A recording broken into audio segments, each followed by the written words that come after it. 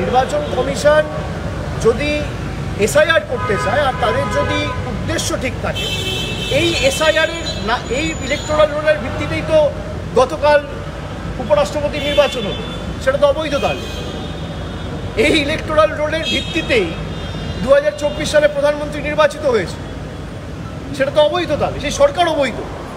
আপনার যদি উদ্দেশ্য সঠিক হয়, সৎ হয়, মহৎ হয়, আপনি যদি সত্যি ভুয়ো ভোটার বাদ দিতে চান, তাহলে এই ভুয়ো ভোটার যুক্ত তালিকায় তো নরেন্দ্র মোদী নির্বাচিত হয়ে 2024-এ ক্ষমতায় এসছে।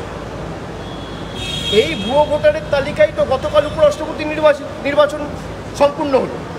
তার মানে দুটোই তো অবৈধ।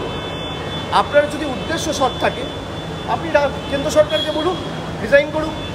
আপনি একদম কাশ্মীর থেকে কন্যাকুমারী যত রাজ্য আছে, যত বুথ আছে, যত গ্রাম আছে, যত এলাকা আছে, সব জায়গায় এসআইআর করুন। আমরা সমর্থন করি, আমি তো বলছি। কিন্তু সরকারকে আগে রিজাইন করতে হবে, কারণ এই তালিকার ভিত্তিতে আপনি প্রধানমন্ত্রী হয়েছেন, কেউ স্বরাষ্ট্রমন্ত্রী হয়েছে, কেউ রাষ্ট্রপতি হয়েছে, কেউ উপরাষ্ট্রপতি হয়েছে। এই তালিকা যদি ত্রুটিযুক্ত হয়, তাহলে আগে তাদের ইস্তফা আমরা দাবি করছি, তারপর আপনারা এসআইআর করুন, করে ফ্রেশ ইলেকশন করুন। আমরা তো মানুষের কাছে যেতে ভয় পাচ্ছি না। বলুন আইনটা ভালো করে পড়তে, আইনটা জানেন না, ভুয়ো ডিগ্রি নিয়েছিলেন, জন্য এসব ভুলভাল বকছে। ভারতবর্ষের এসআইআর একটি পদ্ধতি, যার পদ্ধতির মধ্য দিয়ে এটা ঠিক হয়ে আছে যে কারা ভোটার কারা ভোটার না, তার পরিমার্জন, লিস্টের পরিমার্জন নির্দিষ্ট সময় পর পর হয়, বরাবরই হয়েছে।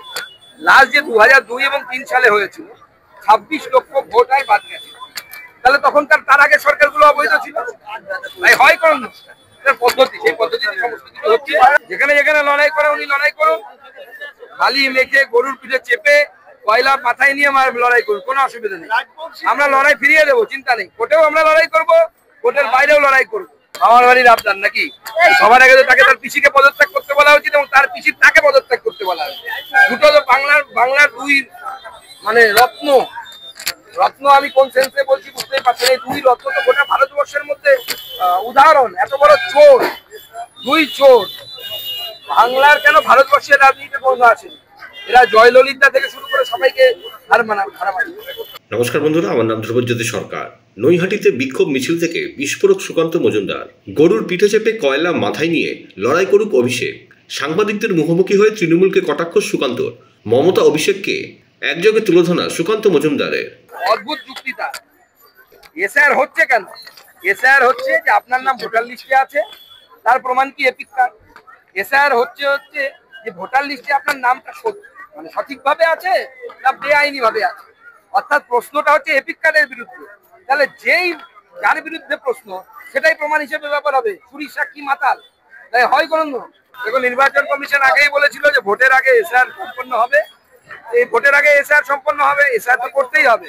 এসআইআর ছাড়া ভোট হতে পারে না। প্রতি বছর ভোটে কিছু নাম ঢোকে, কিছু নাম বেরোয়, কিন্তু একটু লম্বা গ্যাপ দিয়ে ইন্টেন্সিভ রিভিশন হয় ভোটার লিস্ট। অত্যন্ত স্বাভাবিক প্রক্রিয়া, এর আগেও হয়েছে, 2002-3 লাস্ট হয়েছে, এবার হবে। বন্ধুরা, ভিডিওটি ভালো লাগলে দয়া করে লাইক শেয়ার করে দেবেন, আমাদের পেজটা ফলো করে নেবেন আর আপনার মতামত কমেন্ট করে অবশ্যই জানান। ধন্যবাদ।